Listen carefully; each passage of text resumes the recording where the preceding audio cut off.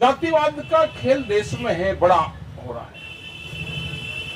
और हमने कहा भी है कि किसान की भी कोई जाति नहीं है, न मजदूर की कोई जाति है। गांव में रहने वाला किसान भी वो किसी भी जाति का है। आप जाकर देखो गंगा के खद्दर में, आप जाओ वहां पे, ये तो कुछ लोग हैं कि जो शहरों में उसके आसपास लोग आ रहे वही उसका लाभ लेते हैं। आप जाओ चौहान बिरादरी है, ठाकुर, आप देखे पहचान भी देगा कोई ना कोई। उनकी हालात देखो आप कि बहुत बुरी स्थिति में। तो जो गांव में है उसकी स्थिति खराब है। इसलिए गांव से जो भूमिहीन किसान थे वो निकल के और शहरों की तरफ रोजगार की तरफ आ गए। गांव के लोग अब जमीन बेच रहे हैं। हमने कहा है कि मिट्टी में सने हुए हाथ, आप दिल्ली मखमली चौखट पे कहीं आप जाओ तो आप किसी भी जाति के हो, आपको देखो बैठा ले, आप मिट्टी में सने हुए हाथ लेकर आ जाओ। व्यवस्था खराब है जो सरकारों ने की, व्यवस्था खराब जो बिल्कुल यहाँ पे जो कहा है कि आरएसएस के लोगों का एक बड़ा एजेंडा चल रहा है। हमने बहुत दिन से कह रहे थे जब वहां आंदोलन चला कि कैमरा और कलम पे बंदूक का पहरा है, रोटी तिजोरी में बंद होगी, बड़े लोगों का रोटी पर अधिकार होगा, भूख के आधार पर रोटियों की कीमतें तय होगी। जैसे आप देख रहे हैं कि फ्लाइट का आप टिकट लो, ट्रेन का टिकट लो, पहले होता था कि एक ही होता था। आज आपने ऑनलाइन करा, आपने जब तक उसको क्लिक करोगे जब तक उसके 1000 रुपए बढ़ा देंगे। आप दूसरी लाइन वो चेक करो, उसके बढ़ जाते हैं। आप उसको छोड़ दो, वो घट जाते हैं, पता ही कुछ नहीं है। आपने बुकिंग डाल दी, फिर उसमें सीट दिखाएंगे कौन सी सीट चाहिए, उसके 300 रुपया फिर ले लेंगे। तो जो पूंजीवाद है ये इतना हावी है कि टेक्नोलॉजी का इस्तेमाल करता है कि आदमी की जरूरत है तो जरूरत के हिसाब से तय होती है कीमतें। यही रोटी पर होगा क्योंकि अनाज पे बड़े लोगों का कब्जा होने वाला है। बिहार में बता प्रोफेसर साहब ने कि बिहार हम गए, बिहार इसलिए जाना पड़ा कि बिहार में 2006 में मंडी सिस्टम खत्म कर दिया। वहां पे बिहार के लोग आते हैं, दो ही जगह बिहार के लोग अब जा रहे हैं, या तो वो एजुकेशन में जा रहे हैं और या वो लेबर बन गया है। तो लेबर स्टेट बिहार बन गया है आज। वे वहां के किसान हैं, मजदूर हैं जो अपने गांव में रहकर काम करते थे, लेकिन उन्होंने बिहार को छोड़ दिया। क्या बगैर मंडी के जो 3 कानून थे वो यही तो थे? क्या बगैर प्लेटफार्म के कोई ट्रेन रुक सकती है? बगैर मंडी के कोई किसान कहीं सामान बेच सकता है? तो ये बहुत स्थिति खराब आज देश की है। आने वाले टाइम पे अगर ये सरकार आई तो और ज्यादा स्थिति खराब होगी। 2 ही विचारधारा के लोग बचेंगे। 2 साल का इनका एक एजेंडा तय हुआ है, 4 महीने उसको हो गए। ध्यान से सुन लेना, 4 महीने उसको हो गए, 20 महीने और बाकी है। जो लोग देश में आरएसएस की विचारधारा से सहमत नहीं होंगे उनके खिलाफ गांव के गांव में मुकदमे होंगे। वे अगर कहीं नौकरी में भी होंगे, जैसे डॉक्टर रही हो, उस विचारधारा को नहीं मानोगे तो नौकरी से हटाए जाओगे, आपके ऊपर केस दर्ज होंगे। आप किसी भी जाति के हो, आप आरएसएस विचारधारा को नहीं मानोगे तो आपके खिलाफ आपकी प्रॉपर्टी, आपके कारोबार, सब चीज आपके बंद होंगे। एक आदमी देश में चिन्हित होगा। आरएसएस की शाखाएं स्कूल में लग रही है तो हमारा नॉन पॉलिटिकल संगठन है, हमारे साथ में कोई अगर फोटो भी खिंचवा ले कोई कर्मचारी हो तो उसके खिलाफ कार्रवाई होती है। हम देशद्रोही हैं क्या? किसान और मजदूर आंदोलन चलाने वाले देश में वे देशद्रोह हो गए और संघ की शाखाओं में जाने वाला वो देशभक्त हो गया। संघर्ष ज्यादा होगा और इसका नुकसान किसने ज्यादा किया? जो पॉलिटिकल पार्टियां थी जिनकी जिम्मेदारी थी कि या तो आप सत्ता में रहो, सत्ता की कुर्सी में बैठो, अगर आप कुर्सी पर नहीं बैठ सकते तो कुर्सी की निगरानी करो, आप सामने बैठो जमीन पे, लेकिन निगरानी करो, कुर्सी की कमी ढूंढो, उसको कहो उसने कहना छोड़ दिया, देश का विपक्ष कमजोर हुआ तो देश में तानाशाहों का जन्म हुआ। वो वैसे नहीं हुआ, विपक्ष कमजोर हुआ तो देश में तानाशाहों का जन्म हुआ। और हालात ये है कि जहां तक वोट की भी बात है, इनको जनता वोट नहीं दे रही, लेकिन ये तो बीजेपी का हारा हुआ कैंडिडेट जीत का सर्टिफिकेट लेके जाता है, तो कहने वाला कोई है नहीं। उत्तर प्रदेश के चुनाव में क्या हुआ, यही तो हुआ।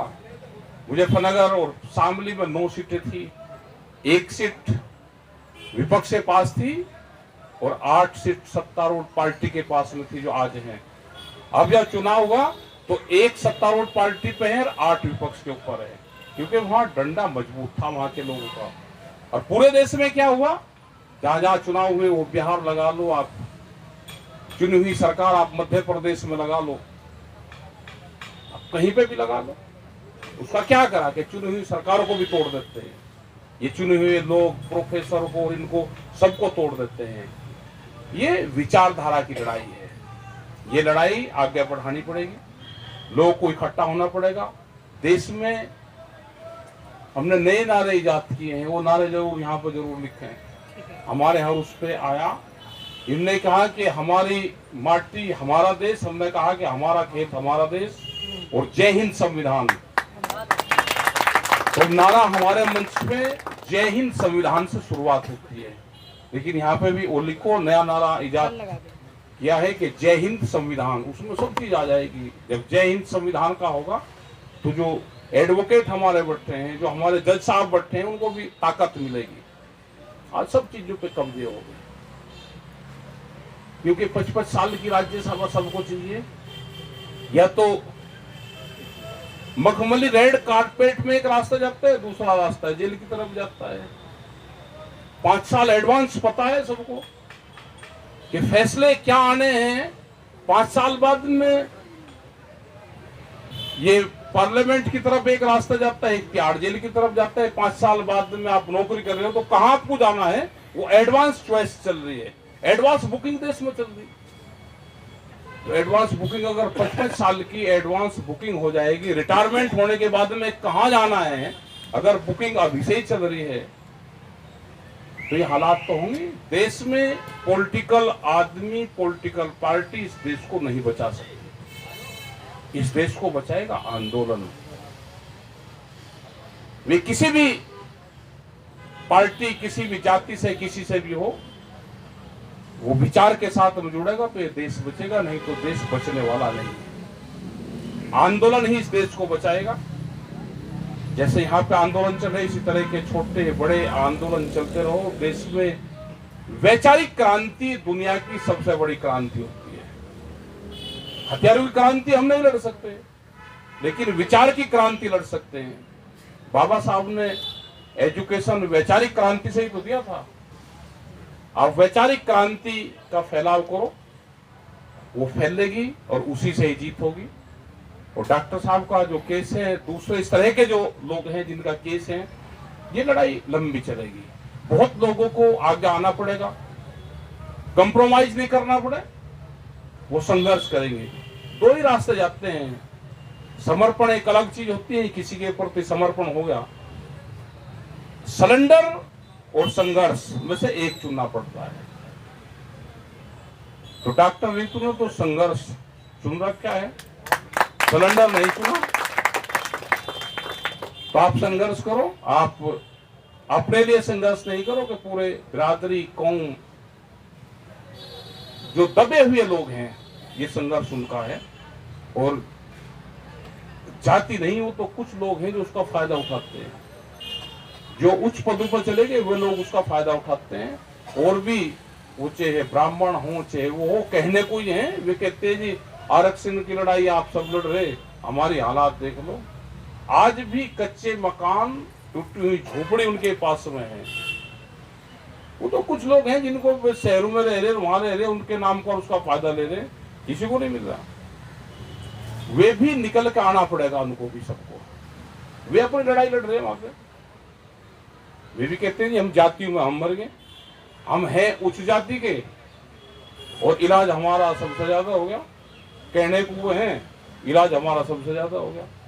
तो ये है कि लड़ाई लड़ो, आप बढ़िया लड़ाई लड़ रहे हो, आपके साथ में सब लोग हैं और आप क्रांतिकारी हो। हमको पता है कि आप हटोगे नहीं, आप समझौतेवादी नहीं हो।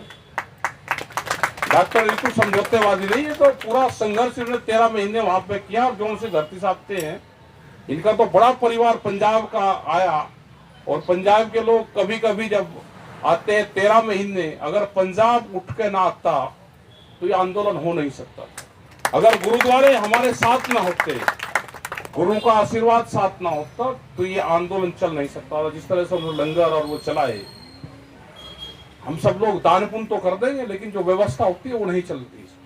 जिस तरह से उनकी व्यवस्था थी वो चलाई। हरियाणा के लोगों ने पूरा उनका साथ दिया, खास करके खाप पंचायत थे, वो खड़ी होकर पीछे खड़ी रही। वे कभी मूवमेंट में, हमारे समझौतों में, मीटिंग में कभी नहीं आए। उन्होंने कहा कि ना, खाप पंचायतों का हमारा मतलब है कि आप खड़े रहो, हम आपके पीछे लाठी लेकर खड़े, आपको छेड़ेगा नहीं कोई। तो जैसे उनका सपोर्ट मिला, पूरा पश्चिम उत्तर प्रदेश, पूरा देश खड़ा हो गया। 13 महीने एक देश की राजधानी को घेरना, ये ना कभी हुआ और ना कभी आने वाले टाइम पे कभी होगा। सिचुएशन ऐसी थी कि सब लोग उस सिस्टम से जुड़े, उन चीजों को याद करते रहेंगे। आने वाले टाइम पे देखते रहेंगे कि एक बार इस तरह की क्रांति हुई। फिर आज उसका दूसरा रूप हम ट्रैक्टर ले आए। पहले लोग ट्रैक्टर लेकर नहीं चलते थे, लेकिन आज एक बार कॉल कर दो वहां पे कि ट्रैक्टर से चलना, तो बच्चे घर वालों से भी पता नहीं करते, ट्रैक्टर जोड़कर अपने आप लेकर चल देते हैं। अभी मुजफ्फरनगर में एक मामला हुआ, तो उसमें करीब 2000 से ज्यादा ट्रैक्टर आए एक ही शहर में। हम जिधर को भी निकल जाते हैं, किसान मजदूर किसी भी उसका हो, वो सब ट्रैक्टर लेकर निकल रहे, क्योंकि पूंजीवाद देश में हावी हो गया। 10 साल पुराना ट्रैक्टर टूटेगा, दिल्ली की गाड़ी टूटेगी, अब प्रोफेसर साहब के पास में गाड़ी होगी। क्या 10 साल में आप कितनी गाड़ी चलाते हो? ज्यादा ज्यादा कैंपस में चला के, एक दिन किसी छुट्टी में किसी रिश्तेदार के घर पे चले गए। साल भर में जज, एडवोकेट, प्रोफेसर, डॉक्टर, इनकी गाड़ी 10-12 हजार किलोमीटर से ज्यादा एक साल में नहीं चलती। तो कितनी चली? 60-70 हजार किलोमीटर 10 साल में खत्म होगी। दूसरी गाड़ी लेगा तो जांच और होगी, कहां से लेगा ये। तो जो जज हैं ये भी कहते हैं जी हमारी तो चलती नहीं, लेकिन हम आवाज नहीं उठा सकते। किसान का ट्रैक्टर, एक रोडवेज की गाड़ी कितनी चलती है और एक जज की गाड़ी कितनी चलती है। प्रोफेसर जिसको घर कैंपस में मिल गया, उसकी गाड़ी कितनी चलती है। लेकिन ऐसा नहीं कि हम ही सब लोग दुखी है। दिल्ली पुलिस के डीसीपी ने कहा जी, हमने कहा जी आप इसका जो हमारे रिकवरी वैन है, इसका इंजन चेंज कर देते हैं जी। अगर 9 सेकंड है ना, इंजन चेंज नहीं, 10 साल में पूरी की पूरी गाड़ी चेंज होगी। तो कह रहे जी हमारा भी इलाज करो क्या। तो बोलने की किसी की हिम्मत नहीं है। बड़े कंपनियों को कैसे पूंजीवादियों को फायदा होगा, ये सारी व्यवस्था उनकी है। आप लड़ाई लड़ो, सब यूथ, बच्चे सब आपके साथ में हैं। जब जब भी आप बुलाओगे हम आएंगे। 6 तारीख में भी हम कहेंगे कि लोग यहाँ पे आएंगे। 6 तारीख का अधिकार मार्च जो 6 तारीख का है, इसमें निकल लेंगे। और डॉक्टर रितु से सब लगाव करते हैं, सब जानते हैं डॉक्टर रितु को।